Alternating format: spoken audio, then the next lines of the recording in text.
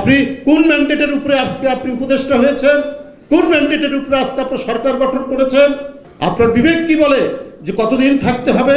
ডান দিকে বাম দিকে সামনে পেছনে তাকালে ষড়যন্ত্রের কি আভাস পান না? আমরা যদি দুর্নীতিমুক্ত একটি সরকার গঠন করতে পারি, তাহলে তরুণ হোক, প্রৌঢ় হোক আর বৃদ্ধ হোক, তার পরিবার যখন হাসপাতালে যাবে সে ভোগান্তির মধ্যে পড়বে না। কারণ রাষ্ট্র দায়িত্ব হচ্ছে একজন ভুক্তভোগীকে তার সর্বোচ্চ সেবা প্রদান করা। হাসপাতাল সে সেবা প্রদান করবে, এটি হচ্ছে মূল বিষয়। আজকে নানা কৌশলে, নানাভাবে, নানা কথা নানা দিক থেকে বলা হচ্ছে। গতকাল আমাদের ভারপ্রাপ্ত চেয়ারম্যান বারবার একটা ষড়যন্ত্রের কথা বলেছেন।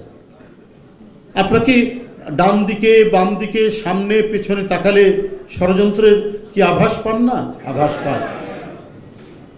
সরকারের একজন উপদেষ্টা খুব করে বলছেন, অহংকার করে বলছেন, জনগণ কতদিন আমাদের থাকতে হবে সেটা তো আমাদের ম্যান্ডেট দেয়নি।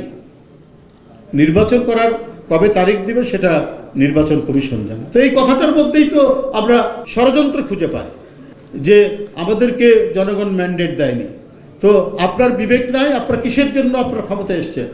ম্যান্ডেট ছাড়া শেখ হাসিনা দিনের পর দিন, বছরের পর বছর আপনার একতরফা নির্বাচন করেছে, দিনের ভোট রাত্রে করেছে, ভোট কেন্দ্রে ভোটারদের যেতে দিতে দেয়নি।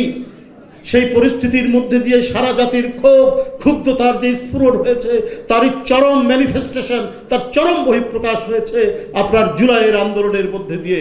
5ই আগস্ট শেখ হাসিনাকে বিদায় হয়ে যেতে হয়েছে, বাংলাদেশের মানুষের রুদ্র রোষের মধ্যে তাকে বিদায় নিতে হয়েছে। তারই ফলশ্রুতিতে আজকে ডক্টর ইউনূস সাহেবের সরকার, তার একজন উপদেষ্টা হিসাবে আপনি গর্ব করে, অহংকার করে বলছেন যে আমাদের তো ম্যান্ডেট পাইনি, কতদিন থাকতে হবে না থাকতে হবে এটা নির্বাচন কমিশনের দরকার। আপনার বিবেক কি বলে যে কতদিন থাকতে হবে?